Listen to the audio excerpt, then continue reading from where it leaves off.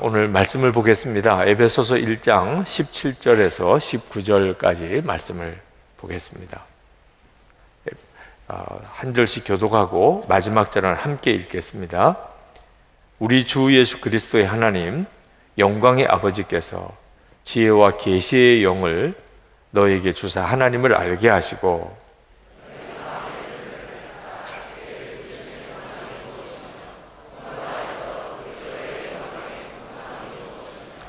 그의 힘의 위력으로 역사하심을 따라 믿는 우리에게 베푸신 능력의 지극히 크심이 어떠한 것을 너희로 알게 하시기를 구하노라. 아멘. 자, 여러분 모두가 다 살아계신 하나님을 만나는 그런 은혜로 그 깊은 은혜의 세계로 들어가게 되기를 축복합니다. 하나님을 만난 사람은 믿음이 확 달라집니다. 사람의 믿음이 똑같지가 않습니다. 하나님을 만난 체험이 우리의 믿음을 바꿉니다. 저에게 상담 메일이 굉장히 많이 옵니다. 솔직히 다 응답을 해드릴 수가 없습니다.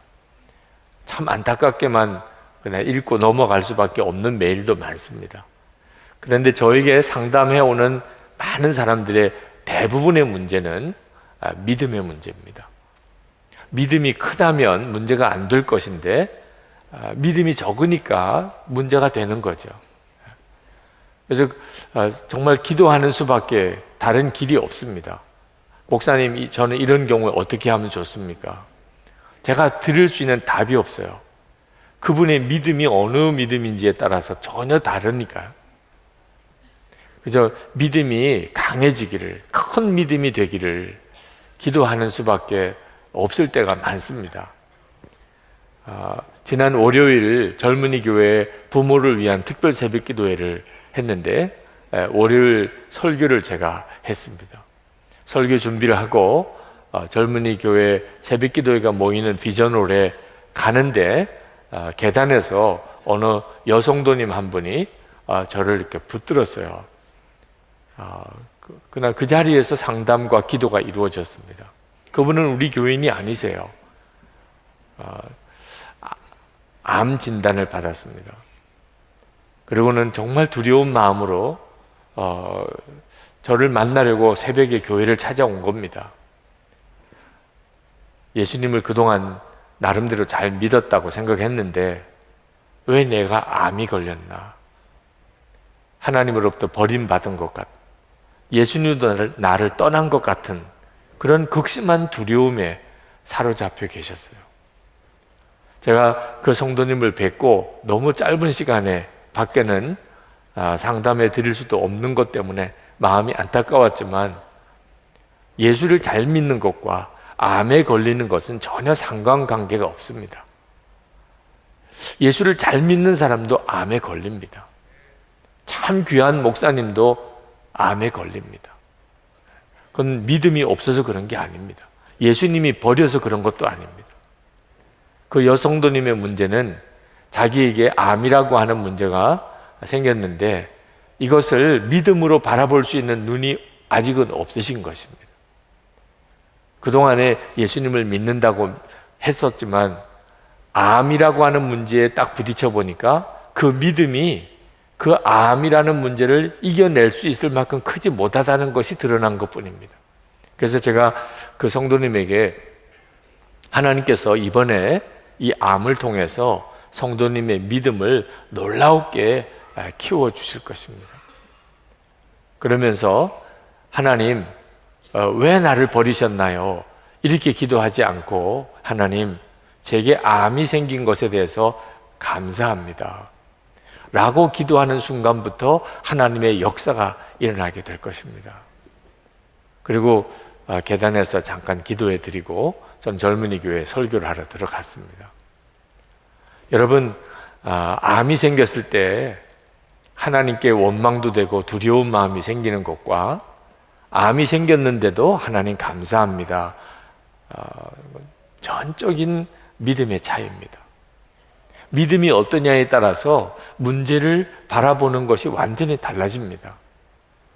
가난하게 되었을 때 하나님이 원망하게 되는 경우가 있고 그것으로 인해서 하나님께 감사하는 사람도 있습니다. 믿음이 다르기 때문에 그 가난이라고 하는 문제를 보는 눈이 달라진 거죠. 지난 주일 설교하셨던 조동욱 선교사님, 인도에 가서 20년 동안 사역하면서 거기서 큰 신학교를 세웠습니다. 사역이 너무너무 놀랍게 일어나고 있는 때에 인도 정부의 이 기독교를 탄압하는 정책, 한국 선교사 중에 사역을 잘하는 선교사님들을 강제로 추방하는 일을 만나고 그 모든 신학교와 사역지를 다 내려놓고 인도에서 추방을 당하게 됐습니다. 자, 이런 일을 만났을 때 지난 주일 식사를 같이 하면서 하나님 앞에 너무나 감사한 마음이 들더라. 너무너무 마음이 편안해지고, 그리고 추방당하는 바로 그 순간에 너무 마음에 이 일로 인해서 감사한 마음이 들더라. 그런 고백을 하셨어요. 어떻게 그게 가능하죠? 하나님에 대한 신뢰, 이해할 수 없는 일이지만, 또 개인적으로는 너무나 억울하고 답답한 일이지만, 그러나 하나님은 여전히 함께 하시고, 그리고 여전히 그 신학교와 함께 하시고, 복음의 역사는 여전히 하나님이 이루어가고 계시고, 그래서 전혀 지금까지와는 다른 방법으로 하나님의 일을 행하시는 것. 그리고 이제 그 신학교가 이제 인도 목회자들을 중심으로 자립하고 또 그 현지화해야 되는 일을 하나님이 이렇게 하나님이 이루어 가신다고 신뢰할 수 있게 되니까, 그러니까 이와 같은 일을 만나서도 감사하게 되는 거예요. 믿음이 다른 거예요, 믿음이. 그러니까 오늘 이 시간에 우리가 하나님 앞에 드리는 대부분의 기도는 사실은 믿음이 달라지면 기도가 달라져 버립니다. 그래서 하나님이 때때로 우리의 문제를 구하는 대로 즉각 해결해 주시지 않으시고 기다리시는 때가 있어요. 왜 하나님이 응답을 안 해주시나 라고 생각하지 말고, 하나님은 그런 상황을 통해서 내 믿음을 변화시키려고 하신다는 것을 여러분이 꼭 기억해야 합니다. 저는 어려운 분들의 도움 요청을 많이 받습니다. 목사님도 선교사님도 또 뭐 어느 기관에서도 어느 교회에서도 도와달라는 요청이 메일로 전화로 계속 많이 옵니다. 어떤 때는 그런 요청을 받을 때 마음에서부터 짜증스러운 마음이 일어날 때도 있어요. 내가 무슨 돈이 있다고 내가 이걸 다 도와줄 수 있나? 아니 그렇게 전화 한 통만 하면은 되는 건가? 이런 생각이 들 때도 있습니다. 근데 그때마다 하나님이 제게 말씀을 통해서 깨우치세요. 남을 돕는 일을 기쁘게 여기는 것이 복이다. 도와도 짜증나게 억지로 인색하게 그렇게 돕는 것은 복을 걷어 차는 것이라는. 잠언 11장 25절에 구제를 좋아하는 자는 풍족하여질 것이요 남을 윤택하게 하는 자는 자기도 윤택하여지리라. 여러분, 구제를 좋아하는 자는 풍족하여질 것이요. 여러분은 구제가 좋습니까? 도와달라는 요청을 받으면 기쁩니까? 자꾸 받으면 더 기쁩니까? 또 도와달라고 그러면 더 기쁩니까? 믿음이 다른 거예요, 믿음이. 그게 좋을 리가 없죠. 자꾸 도와달라는 사람 많으면 그게 어떻게 좋기만 하겠어요. 그런데 믿음이 달라지면 이게 내가 복이구나. 나에게 도와달라는 사람이 많은 것이 이게 복이구나. 어떻든지 뭐 없는 것 가지고 도울 수는 없지만 어떻게 해서든지 도울 수 있도록 해봐야 되겠다. 그렇게 내가 도와보려고 애를 썼는데도 못 돕는 경우는 그건 내 책임은 아니에요. 뭐 남의 거 도둑질해서 도울 수는 없잖아요. 그런데 인색한 마음이 들면 그럼 복을 걷어 차는 거예요. 도울 수도 있는데 안 도왔다. 이건 복을 걷어 차는 거예요. 개인도 그렇고 교회도 그렇습니다. 믿음이 다르게 만드는 거예요. 여러분, 우리가 정말 믿음이 성장해야 하는데, 믿음이 커야 하는데, 이 믿음이 그냥 커지는 게 아닙니다. 오늘 에베소서 1장 17절에서 19절 말씀을 읽은 것은 우리 믿음이 어떻게 커지는가에 대해서 사도 바울이 아주 중요한 세 가지 은혜를 말씀하고 있기 때문에 오늘 이 밤에 여러분들이 이 말씀을 통해서 여러분의 믿음이 놀랍게 커지는 밤이 되기를 축복합니다. 첫 번째는 하나님을 아는 은혜입니다. 17절에 우리 주 예수 그리스도의 하나님이신 영광의 아버지께서 지혜와 계시의 영을 여러분에게 주셔서 하나님을 알게 하시고, 여러분, 하나님을 알게 되는 것이 엄청난 은혜입니다. 어떤 청년과 상담을 했는데 어느 자매와 교제를 하게 됐는데 그 자매가 우리 교회를 나오는 자매예요. 자기와 결혼하려면 예수를 믿어야 자기는 결혼을 허락하겠다. 그래서 그 자매와 결혼하려고 교회를 나온 겁니다. 그런데 아무리 예배를 드리고 설교를 들어도 하나님이 정말 계시다고 믿어지지 않는다는 거예요. 그게 상담의 요점입니다. 하나님이 안 믿어진다는 거예요, 자기는. 여러분, 하나님이 믿어지는 것은 이건 엄청난 은혜예요. 여러분은 하나님이 믿어지십니까? 여러분은 정말 대단한 분이세요. 아주 희귀한 분입니다. 믿어지지 않으면 여기는 다 그렇게 하나님이 믿어지는 분들만 이렇게 한 1000명 가까이 모였지만 요 조금만 바깥으로 나가면 하나님 안 믿는다는 사람이 대부분이에요. 안 믿어진다는 거예요. 어떻게 하나님을 믿느냐. 여러분을 보면 신기해해요. 어떻게 하나님을 믿느냐. 우리는 하나님을 믿게 되는 것 자체가 얼마나 놀라운 은혜인가를 잘 모릅니다.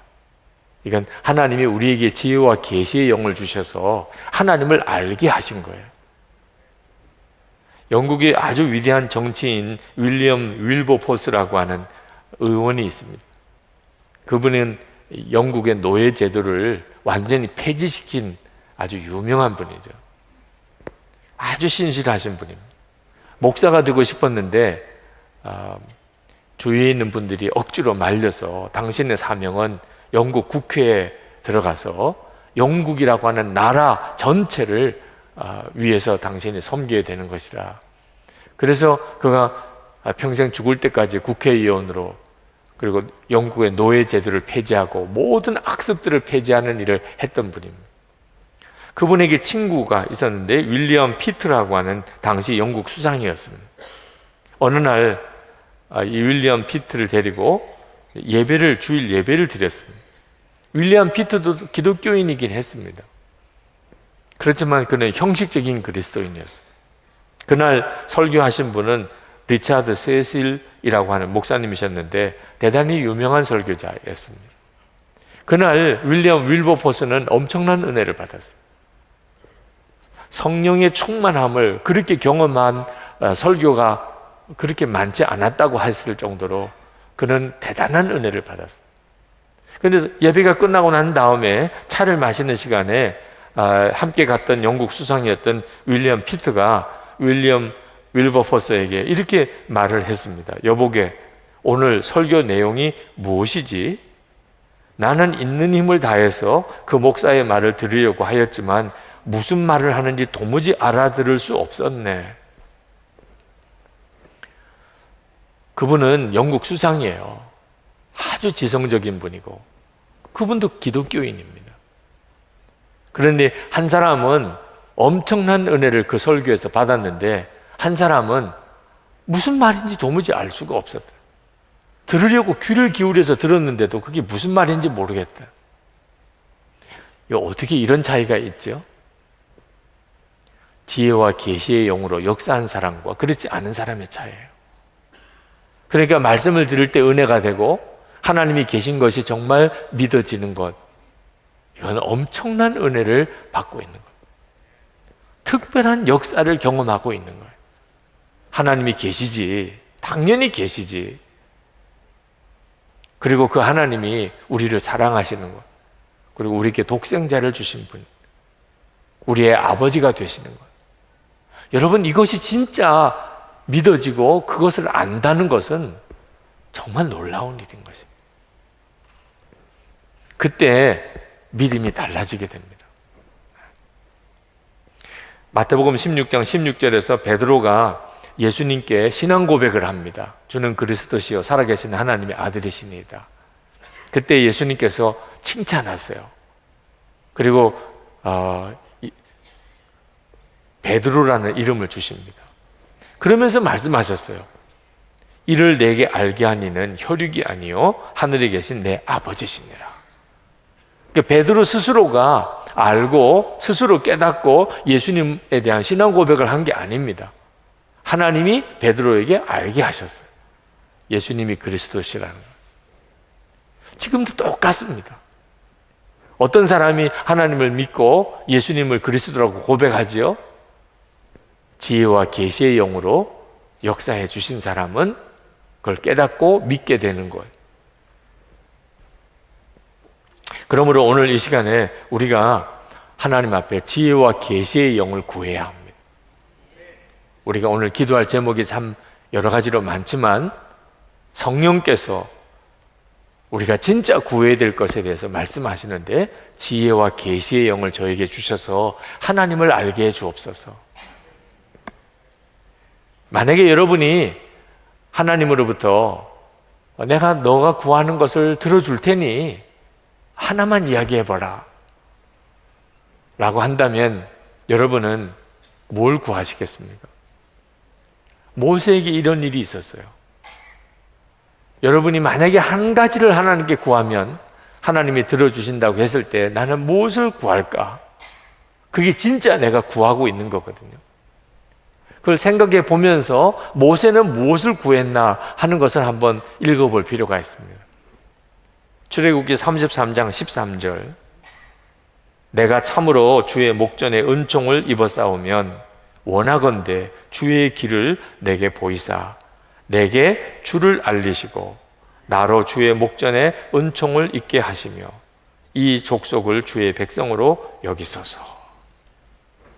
모세는 오직 주님을 내가 더 알기 원합니다. 그걸 주님께 구했어요.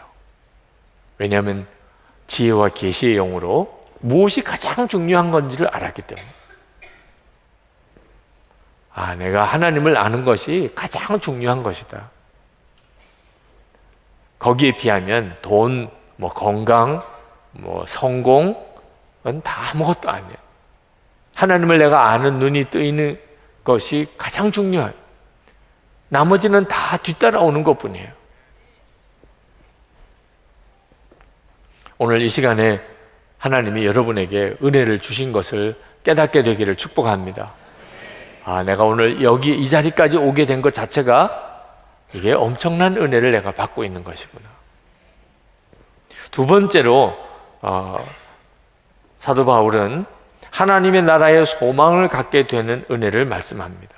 18절에 여러분의 마음의 눈을 밝혀주셔서 하나님의 부르심에 속한 소망이 무엇이며 성도들에게 베푸시는 하나님의 영광스러운 상속이 얼마나 풍성한지를 여러분이 알게 되기를 바랍니다. 여러분, 마음의 눈이 뜨여야 하나님의 나라와 성도들이 받을 영광스러운 상속의 풍성함이 무엇인지를 알게 됩니다. 이것이 전적으로 지혜와 계시의 영으로 역사하시는 하나님의 은혜예요. 여러분은 하나님의 나라와 성도들이 받을 그 영광스러운 상급의 풍성함에 대해서 아십니까? 여기서 믿음이 달라지는 거예요. 하나님의 나라와 거기서 받는 성도의 상급을 아는 사람은 이 세상 사는 동안에 어떤 일을 만났을 때 그 일을 보는 관점도 처리하는 방법도 다 다릅니다. 성지순례 갔다가 요르단을 이렇게 보는 여정에서 가이드하는 집사님이 참 귀한 집사님이 계셨어요. 갑작스럽게 세상 떠났다는 소식을 들었는데 그 집사님이 하루는 종일 먼 길을 이렇게 여행을 하던 날 이제 마지막 이제 숙소로 돌아가면서 그가 마이크를 잡고 이런 말을 하더라고요. 여러분 피곤하고 힘드시죠? 그러나 이제 집에 갑니다. 밤이 늦고 배가 고파도 갈 집이 있다는 것이 얼마나 좋습니까? 어두워도 걱정 없고 배고파도 걱정 없습니다. 집이 있으니까요. 성지순례가 피곤한 여정이라도 이제 얼마 안 있으면 한국에 있는 집으로 돌아가지 않습니까? 그 생각을 하면 피곤함도 얼마든지 이길 수 있습니다. 그러나 갈 집이 없는 사람은 어떻겠습니까? 너무나 비참할 것입니다. 피곤하고 힘든 게 문제가 아닙니다. 세상에는 죽고 난 다음 돌아갈 집이 없는 사람이 많습니다. 그것이 얼마나 두려운 일인지 그들은 잘 모릅니다. 우리의 삶이 피곤하고 힘들어도 돌아갈 집이 있는 사람은 얼마든지 이겨낼 수 있습니다. 아주 설교를 하시더라고요. 네. 그 집사님은 정말 그 성지순례를 하면서 여러 많은 교회 성도들을 만나면서 참 지혜가 많으신 분이고 은혜가 넘치시는 분이셨어요. 정말 그렇습니다. 여러분, 하나님의 나라와 성도가 받을 상급을 정말 아는 사람은, 그러면 우리가 이 세상 사는 동안에 피곤하고 힘들고 어려운 일이 많아도 그게 그 사람에게 크게 영향을 끼치지 않아요. 마치 하루 종일 일하고 피곤하고 어려운 일을 많이 겪어서도 돌아갈 집이 있는 사람, 그럼 집에 가서 쉴 수 있는 거죠. 집이 있으니까 그게 얼마나 중요한지를 잘 몰랐던 거예요. 근데 집이 없는 사람을 생각해 보세요. 집이 없어요. 그건 피곤한 게 문제가 아닙니다. 오늘 하루 일이 힘들었던 게 문제가 아니에요. 밤이 되었는데 갈 집이 없어요. 이건 정말 끔찍한 일이죠. 그런데 이걸 인생으로 한번 생각해 보세요. 우리가 인생을 살아가는 일이 크고 많은 어려움이 있지만, 그러나 돌아갈 집이 있어요. 죽고 난 다음에 내가 갈 집이 분명해요. 나는 그걸 알아요. 그러면 죽음의 두려움이 없습니다. 왜 죽음이 두렵지요? 죽음 이후에 돌아갈 집에 대해서 분명히 알지 못하니까 그렇습니다. 여러분은 진짜 하나님의 나라와 성도가 받을 그 풍성한 영광스러운 상급에 대해서 진짜 아십니까? 오늘 우리가 이 시간에 정말 기도해야 될 중요한 제목입니다. 그 은혜의 눈이 열리면, 그러면 우리에게 부딪히는 수많은 문제들에 대한 우리의 태도가 달라집니다. 마지막 날에 모든 사람들이 하나님이 계시다는 것을 알게 됩니다. 그러나 그것은 어떤 사람에게는 끔찍한 일입니다. 하나님을 믿지 않았던 사람, 하나님을 믿지 않고 살았던 사람에게는 그건 끔찍한 일이에요. 아마 그들은 그 순간에 자기 주변에 있었던 예수 믿는 사람들, 가족 중에나 친척 중에나 또는 친구 중에나 직장 동료 중에나 이웃 사람들에게 예수 믿는 사람이 자기 주변에 있었는데 자기에게 하나님이 계시다는 것을 분명히 전해주지 않은 것에 대해서 그는 아마 원망할 거예요. 가장 중요한 문제가 그 문제였으니까. 자기들은 믿고 있으면서도 왜 말해주지 않았지? 우리가 전도했지요. 그렇죠? 수많은 사람이 노방전도도 했고, 근데도 그 사람의 마음속에는 내가 좀 거부하고 귀찮아 하더라도 억지로라도 좀 끌고 하나님을 믿게 좀 해주지. 그런 원망이 있는 것. 조금 더 간절하게, 조금 더 자주, 조금 더 많이 왜 그렇게 전도 안 해줬을까? 마지막에 가보면 다 그렇게 되는 거예요. 우리도 우리의 인생을 살아가는 동안에 우리 인생의 마지막을 보고 난 다음에 다시 여기서 산다면 우리 삶은 완전히 달라질 거예요. 돈 쓰는 것도 달라지고 시간 쓰는 것도 달라질 겁니다.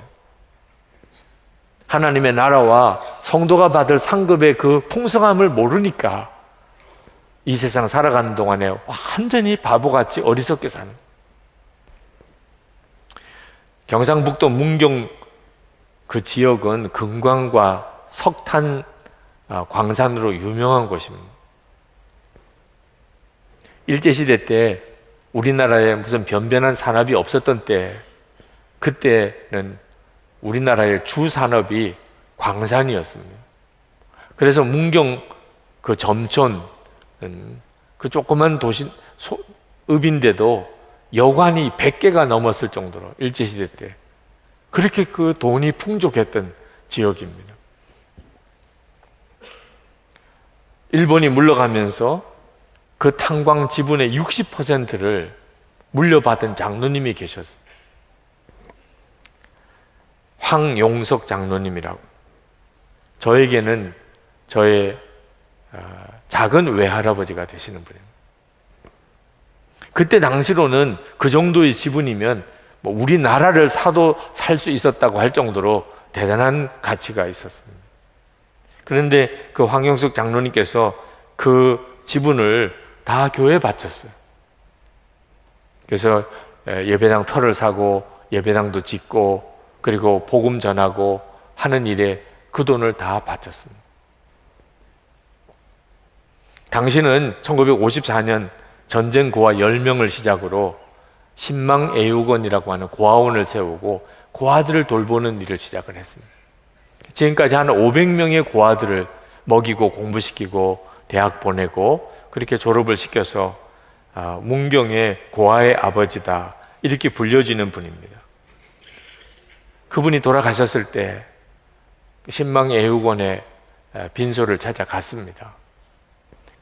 장례식장하고는 전혀 다른 분위기의 그런 글이 벽에 붙여져 있더라고요. 오늘도 참 좋은 날이 될 줄 믿습니다. 큼지막하게 그 벽에 그렇게 붙여져 있었어요. 늘 그 장로님께서 그 글을 벽에다가 붙여놓고 그 고아들을 가르치고 먹이고 하던 글입니다. 고아지만 그러나 예수님 안에 있으니 오늘도 참 좋은 날이 될 줄 믿습니다. 믿음을 가지고 하루하루를 살아가라고 가르쳤던 그런 고아들에게 주는 메시지죠. 그 자녀들이 고백을 했어요.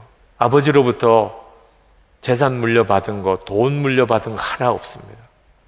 그 엄청난 지분을, 광산 지분을 받고도 자녀들에게는 제대로 하나 돈 물려준 게 없어요. 그런데 우리 자녀들 다 명문대학 다 나오고 남자 형제 5은 다 ROTC 장교 출신이고 아버지로부터 돈 물려받은 건 없지만 하나님을 믿는 믿음 물려받아서 다 잘 됐어요. 여러분, 어떻게 그렇게 할 수 있을까? 나라면 그렇게 못해. 그 엄청난 재정적인 지분을 어떻게 그렇게 다 교회에다가 바칠 수 있을까? 만약에 하나님 앞에 갔다가 돌아오면 달라질 거예요. 여러분도 똑같이 되실 겁니다.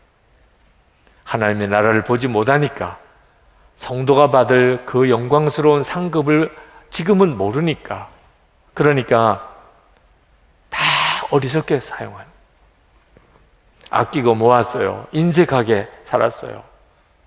뭐 남아 있습니까? 그렇게 아끼고 모아서 좀 남아 있는 거 있습니까? 하나님이 나에게 주신 돈 어떻게 쓰느냐에 따라서 결과는 완전히 달라집니다. 남는 것은 무엇만 남지요?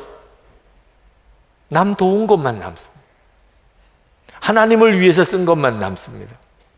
나중에 하나님 앞에 갔을 때 너 그 많은 돈 다 어떻게 했냐? 아끼고 모으고 인색하게 생각하고 붙잡고 지나고 나면 어디 갔어요? 다 어디로 간지 없어져 버렸어요.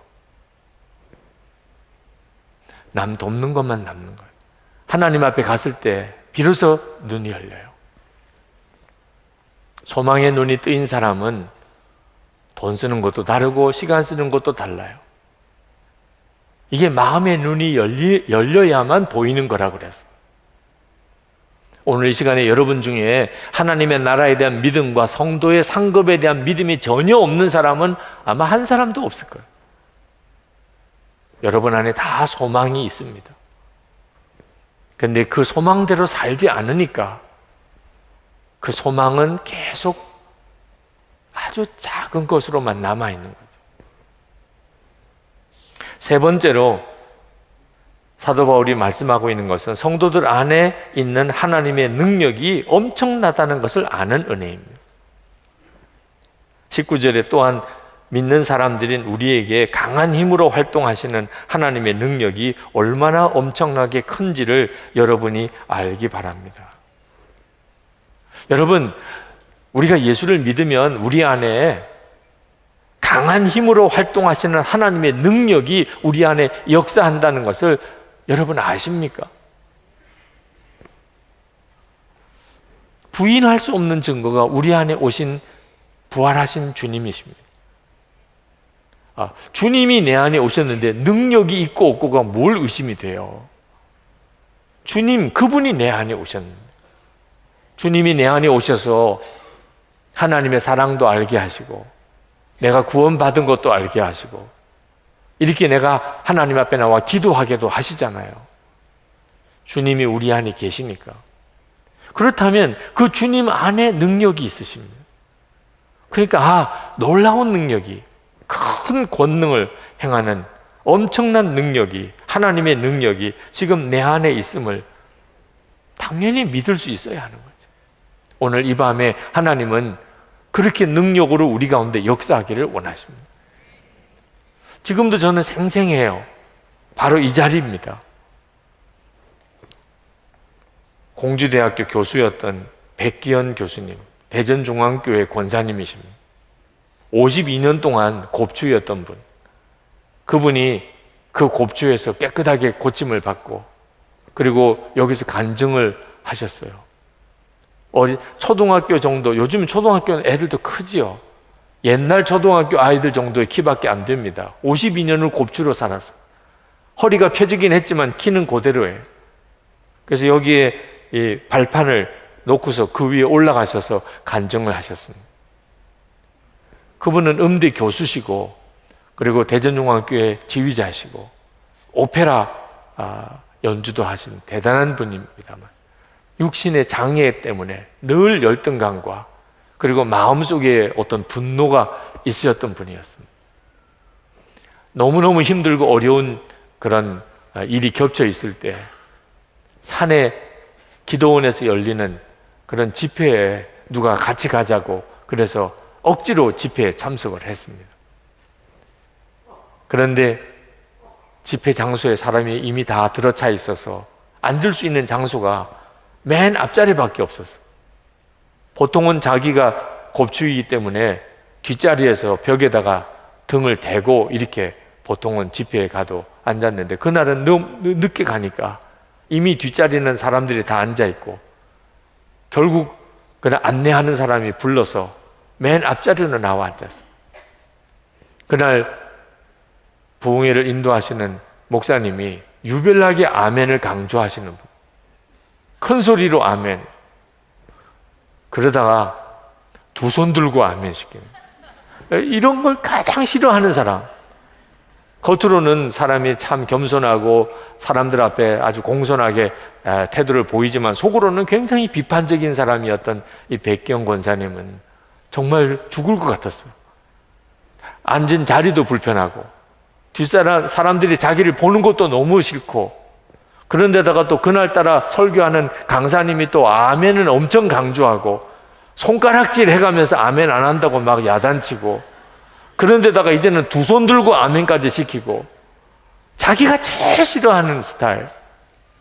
근데 이제는 도망갈 수도 없고 설교는 시작이 됐고 거기서 뚜벅뚜벅 나갈 기도 용기가 안 생기고, 그 순간에 탁 드는 생각이 시키는 대로 하자.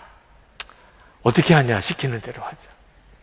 근데 요 한 시간이라도 그냥 하라는 대로 두 손 들고 아멘 하면 두 손 들고 아멘 해보자. 그렇게 마음을 그냥 정했어요. 그래서 강사님이 두 손 들고 아멘! 그러니까 두 손 들고 그냥 시키는 대로 하자고 결심했으니까 뭐 싫다 말다 생각하지 않고 두 손 들고 아멘! 했죠. 그러고는 역사가 일어난 거예요. 두 손 들 때까지는 자기 힘으로 들었는데 손이 안 내려오는 거예요. 옆에 있는 아내가 계속 손 들고 있는 남편, 이 사람 또 한성질 하는 사람이니까 강사님이 두 손 들고 아멘 하라고 그랬지 내리라고는 안 했기 때문에 계속 들고 있는 건 줄 알고, 여보 내려요, 내려. 사실 그 집회장에, 기도원에 집회를 하는데 맨 앞에 앉은 사람이 두 손 들고 계속 서 있으면 참 이상하잖아요, 그것도. 근데 안 내려와. 손이 안 내려와. 본인도 당황스럽고 옆에 있는 아내도 당황스럽고 뒷사람도 난감하고, 강사님이 보니까 아, 주의 성령께서 저를 만지시는구나, 그렇게 느꼈어요. 주께서 당신을 만지십니다. 그리고 3일 동안 하나님이 그 권사님을 온 몸을 뒤틀고 만지시기 시작하시면서 결국 척추가 깨끗하게 펴지는 역사가 일어났죠. 하나님은 정말 우리 가운데 계신가? 그렇다는 거예요. 사도 바울은 정말 그것을 믿으라는 거예요. 주님이 우리와 함께 계시다면 능력이 당연히 우리와 함께 있는 거죠. 오늘 이 밤에도 마찬가지예요. 우리가 그저 하나님을 알고 그리고 죽고 난 다음에 갈 천국과 하나님의 나라를 바라보는 데서만 그치는 게 아닙니다. 지금 우리 가운데 하나님은 강한 힘으로 활동하시는 하나님의 능력으로 우리와 같이 계십니다. 우리가 오늘 그 사실을 정말 믿고 주님을 사모하는 마음으로 나아가면 우리 가운데 오늘도 치유하시고 우리를 고치시고 우리를 회복시키시고 우리 눈을 열어주시는 하나님의 은혜를 경험하게 됩니다. 지난 월, 화, 수 3일 동안 행복 플러스 가정 세미나를 했습니다. 25가정 모여서 참 은혜로운 시간을 가졌습니다. 오늘 이 시간에도 가정 세미나 끝나고 오신 부부들을 이렇게 보이는데요. 여러분들 기회가 되시면 꼭 참석해 보시면 좋을 것 같아요. 참 은혜의 역사가 있었고 많은 부부의 회복이 있었어요. 그 중에 한 권사님, 남자 권사님 이야기를 드리려고 합니다. 둘째 날 아침에 아침 식사를 할 시간이 임박했는데 말씀 준비하고 기도 준비하고 그리고 시계를 보니까 급히 요 뒤에 있는 산책 코스, 등산 코스를 이렇게 걸어 오면 딱 될 것 같아요, 시간이. 그래서 아침에 운동을 하려고 급히 이제 운동화를 신고 마음에 조금 갈등이 생겼어요. 이게 시간이 맞을 수 있을까? 그렇게 고민하다가 갔다 오자. 그리고는 불이 나게 이제 산으로 올라가려고 나왔죠. 계단을 타고 내려갈까? 늘 계단 타고 내려가다가 오늘은 그냥 엘리베이터 있는 쪽으로 가서 가야 되겠다. 그런 생각이 불쑥 들어서 늘 다니던 길이 아닌 엘리베이터 쪽으로 갔습니다. 엘리베이터 쪽으로 가보니까 저쪽 편 쪽에서 어느 남자분이 이렇게 오시는데 이번 행복플러스에 참석하신 분 같아요. 순간에 마음에 갈등이 생기더라. 만나서 인사를 하면 그렇지 않아도 시간이 빠듯한데 산에 올라갔다 올 시간이 안 될 것 같아요. 그래서 나중에 인사를 나누지 그러고는 불이 나게 콘도를 나와서 산으로 올라갔습니다. 그래서 이제 계곡길을 따라서 이렇게 산을 따라 내려오는데 내려오는 그 길목에서 그분이 이렇게 서 있는 거예요. 길에서. 그러면서 저를 보고는 너무 반가워하시는 겁니다. 그러면서 하시는 이야기가 하나님은 진짜 우리 기도에 응답해 주시는 하나님이시군요. 무슨 말씀이십니까? 이분이 오랫동안 수면 장애가 있으세요. 잠을 못 주무시는 거예요. 그날 저녁에도 한숨을 못 주무셨대요. 수면제를 먹어야 되나, 원주에 가서 수면제를 사서 먹어야 되나, 약 안 먹고 어떻든지 치유받고 싶은데 그동안에는 오랜 기간 동안 약을 먹었습니다. 그런데 수면제 약보다도 유기성 목사님이 여기 계시지, 목사님한테 가서 기도해달라고 부탁을 하면 좋겠다, 그런 마음이 간절히 들더래요. 근데 밤에 저를 찾아오기도 그랬고, 그런 마음이 간절한데 아침에 바깥에 나와서 잠깐이라도 걸으려고 나오니까 저기서 제가 이렇게 걸어오더래요. 하나님의 역사구나. 이렇게 만나게도 하시니 목사님 만나서 저를 위해서 좀 기도해 주세요. 이렇게 말을 해야 되겠다. 그런데 쌩 하고 산으로 가버려. 한 엘리베이터 타고 내려왔는데 어디로 갔는지 모르겠더래요. 그래가지고 이분이 어디로 갔나 하고 이렇게 쭉 뒤따라서 하다가 도무지 찾을 수가 없어서 돌아가야 되나 그러는데 제가 위에서 이렇게 내려오는 거예요. 정말 하나님이 내 기도를 들으시고 나를 만나게 이렇게 해주셨다고 그렇게 좋아하시는, 너무 미안하더라고요. 뭐 운동이 뭐라고, 정말 하나님이 그렇게 만날 수밖에 없도록 모든 상황을 만들었던 그 상황에서 제가 그렇게 산으로 올라갔던 게 너무 미안하더라고요. 그리고 그분이 그렇게 오랫동안 수면 장애가 있었고 그날 밤에도 잠을 자지 못했던 일에 대해서 너무 마음이 안타까웠어요. 그래서 기도하십시다. 정말 하나님이 그 마음의 간절한 사모하는 마음을 받으실 줄 믿습니다. 그래서 그날 저녁에 우리 목사님과 모든 봉사자들이 함께 모든 일정이 다 마치고 난 다음에 간절하게 그분을 위해서 항아리 기도를 하고, 그리고 안수하여 깨끗하게 주님이 치유해 주시고 편안한 잠을 자게 해 주시도록 기도를 했어요. 그리고 이제 숙소로 들어갔습니다.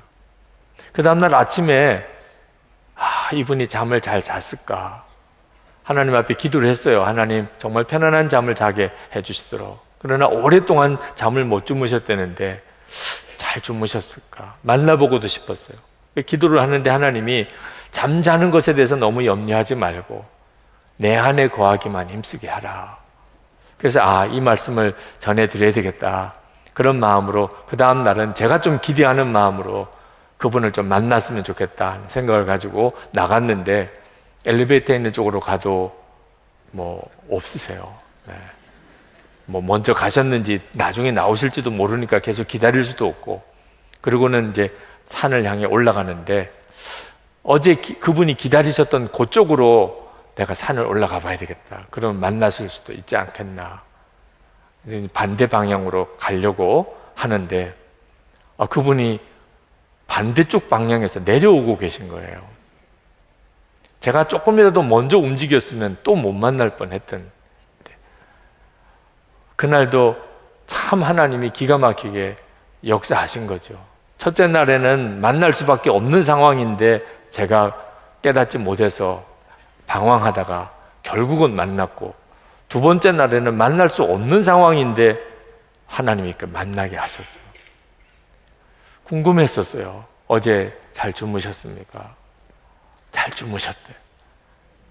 너무너무 감사하게 어젯밤에 잠을 잘 자셨대. 너무 기쁘더라고요. 그래서 주님이 주시는 말씀을 전해드렸어요. 잠자는 거에 대해서 너무 걱정하지 말고 주님 안에 거하기만 힘쓰시라고 기도 중에 하나님이 그렇게 말씀하셨습니다. 그동안에 지냈던 일들, 또 하나님이 주셨던 은혜들, 가정의 기도 제목들 쭉 이야기를 같이 나누면서 그렇게 돌아왔습니다. 3일 동안에 가정 세미나 기간이지만 주님은 참 놀라운 하나님의 역사를 이루셨어요. 저는 오늘 밤에도 똑같다고 생각합니다. 오늘 밤에도 주님은 오늘 이렇게 나오게 하신 것이 그냥 내 생각만으로 나온 게 아니에요. 여러분은 무슨 기대를 가지고 오늘 밤에 오셨나요? 우리 안에 역사하시는 하나님이십니다. 우리를 치유하시고 회복시키시고 우리의 믿음을 일으키시고 우리의 삶을 놀랍게 변화시키시려고 하시는 주님이세요. 우리는 끊임없이 주님의 역사하심에 우리 자신을 내어드리는 믿음의 실험을 해야 됩니다. 1939년에 중국이 공산화됐는데 그때 중국 교회가 두 종류의 교회가 있었습니다. 한 종류의 교회는 목사님들도 계시고 또 교단적인 어떤 조직도 잘 갖추어지고 그리고 성경 지식과 신학적인 지식도 아주 풍성한 제대로 된 이런 제도화된 교회입니다. 그러나 주님이 함께 계시는 것에 대해서 분명히 믿고 성령의 하나됨을 따라서 하나님의 인도하심을 매 순간 그렇게 기대하는 이런 믿음은 없었어요. 지금 우리 한국 교회와 비슷합니다. 예배당도 있어요. 목사님도 계세요. 선교사님도 계세요. 신학교도 있어요. 교인들도 있어요. 교회 조직도 있어요. 장로님, 권사님, 집사님. 그런데 또 한 부류의 교회가 있었습니다. 그 교회는 주님이 우리와 함께 계시는 것을 정말 믿어요.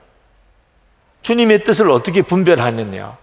교회 지도자들이 모여서 성령의 하나 되게 하심을 믿고 그렇게 분별하고 하나님의 뜻을 찾아서 그렇게 순종하는 형태의 교회가 있었습니다.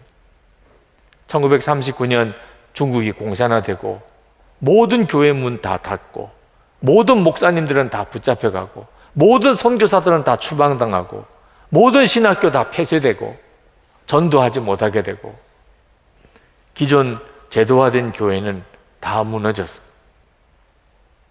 그런데 중국 교회는 절대로 무너지지 않았어요. 왜?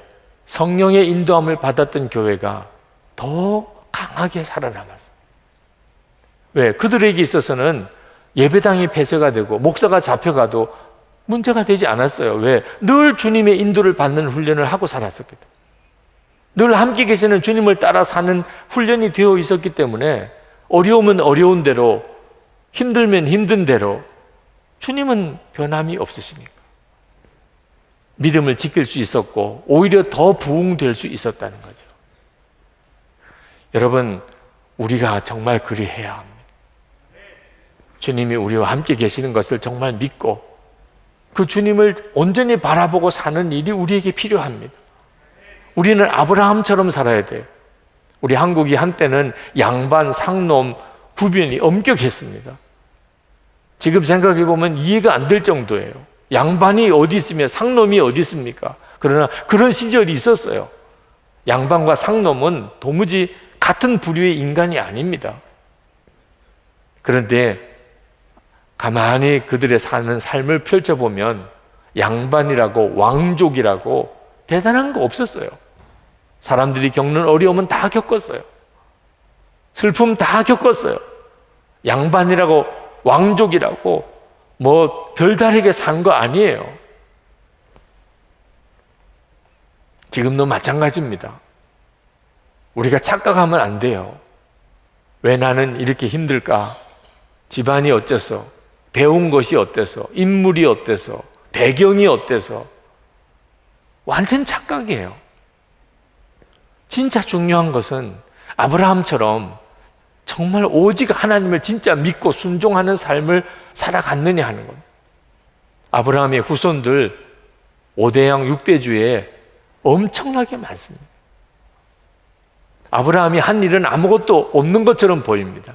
그냥 하나님을 믿은 것밖에 없어요. 진짜 하나님을 믿은 것. 오늘 우리에게 필요한 것이 뭐죠? 지금도 우리와 함께 계시는 정말 능력 그 자체이신 주님, 그분이 나와 함께 계시는 것을 아브라함처럼 그렇게 단순히 믿고 그리고 오직 순종하며 가는 겁니다. 그때 하나님께서 우리의 삶 속에 하나님의 능력이 있음을 우리에게 보여주십니다. 간증이 끊어지지 않는 삶을 살게 하십니다. 오늘 이 밤에 하나님이 여러분에게 그와 같이 역사하시기를 축복합니다. 우리 이 시간 찬송을 같이 부르고 기도하고 그리고 또 특별히 안수기도 받으실 분들, 오늘 기도를 정말 받았으면 하는 간절한 마음을 주신 분들 앞으로 내려오셔서 기도 받으시게 되기를 바라고, 우리 통성으로 기도하는 시간에 여러분의 마음이 정말 간절하신 분들은 강단 위로 올라오셔서 하나님 앞에 전심으로 나가 보시기를 바랍니다. 우리 이 시간 찬송할 때 주께 가까이 날 이끄소서, 그 찬송을 같이 부르시겠습니다.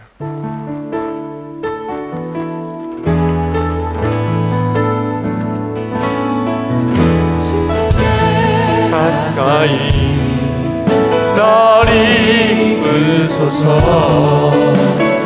저리 주님만을 원합니다. 채워주소서 주의 사랑을 진정한 있도록 다른 나의 영혼 주를 부르니 나의 맘 만져 주소서. 주님만을 원합니다. 더 원합니다. 나의 맘 만져 주소서. 다른 나의 영혼 주를 부르니 나의 맘 만져 주소서. 주님만을 원합니다. 더 원합니다. 나의 맘 만져 주소서. 오늘 17절 말씀을 붙들고 기도하겠습니다. 하나님, 지혜와 계시의 영을 이 시간에 저에게 허락해 주옵소서. 하나님을 이미 믿고 알고는 있지만 하나님 더 알기를 원합니다. 하나님을 알기 원합니다.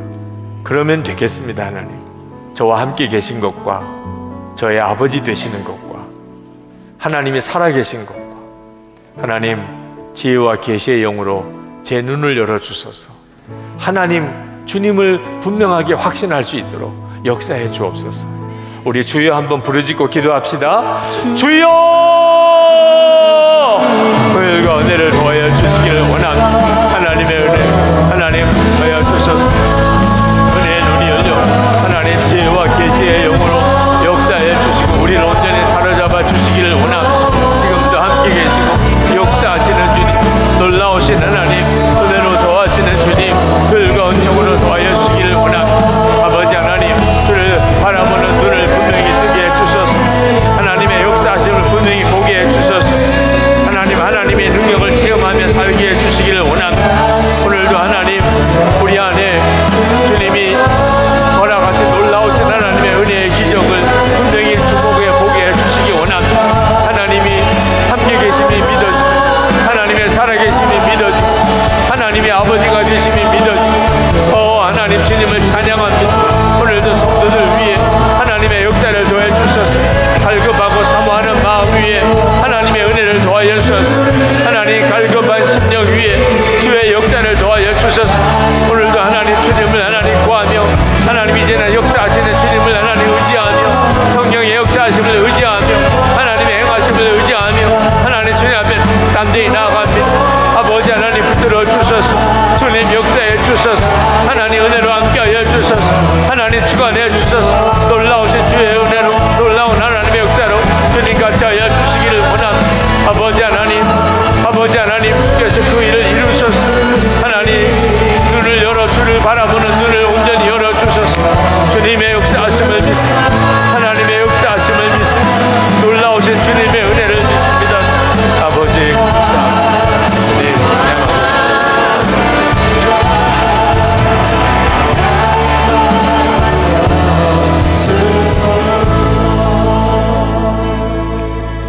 이 시간에 마음의 눈을 떠서 하나님의 나라와 그리고 성도의 그 풍성한 상급을 주님 분명하게 보게 해 주옵소서. 하나님, 그저 적당한 소망이 아니고 우리의 삶 전체를 변화시키는 그 마음의 눈이 열리게 해 주시옵소서. 하나님의 나라의 영광도 보고 성도가 받을 그 풍성한 상급도 보게 해 주옵소서. 그래서 하나님, 우리가 가지고 있는 돈이나 시간이나 우리의 삶의 모든 기회를 후회 없이 하나님 앞에 사용할 수 있게 해 주옵소서. 오늘도 우리 안에 믿음의 눈이 온전히 열려지는 역사가 일어나게 해 주시옵소서. 우리 주여 한번 부르짖고 기도하겠습니다. 주여! 은혜와 은혜를 더하시고 역사하신 하나님, 놀라우신 주님의 은혜를 하나님 찬양한 하나님, 은혜와 은혜를 더하신 하나님 찬양한 놀라우신 하나님의 은혜를 하나님 찬양하며 하나님 감사와 찬양을 주님께 올려드립니다. 크신 은혜로 도와여 주셔서 오늘도 하나님 주의 성령의 역사만 의지합니다. 주께서만 하나님 우리 가운데 영원을 온전히 오실 수 있습니다.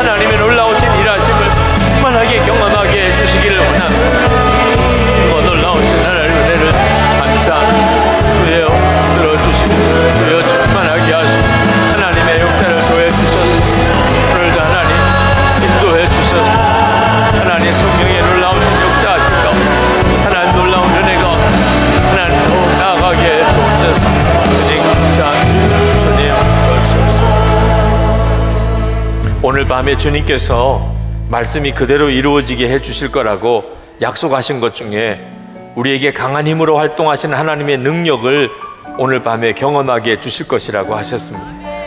이제 우리 마지막으로 한 번 더 기도할 때 하나님, 지금 바로 이 시간에 우리 안에서 역사하신 하나님의 능력으로 사로잡아 주시옵소서. 오늘 이 밤에 주의 권능의 손에 붙들려져서 하나님, 우리의 믿음이 달라지고 우리의 육신의 치유함을 얻고 하나님, 우리의 심령에 하나님의 기적을 보게 해주시고 가정과 일터에서 하나님의 역사를 보게 해 주시옵소서.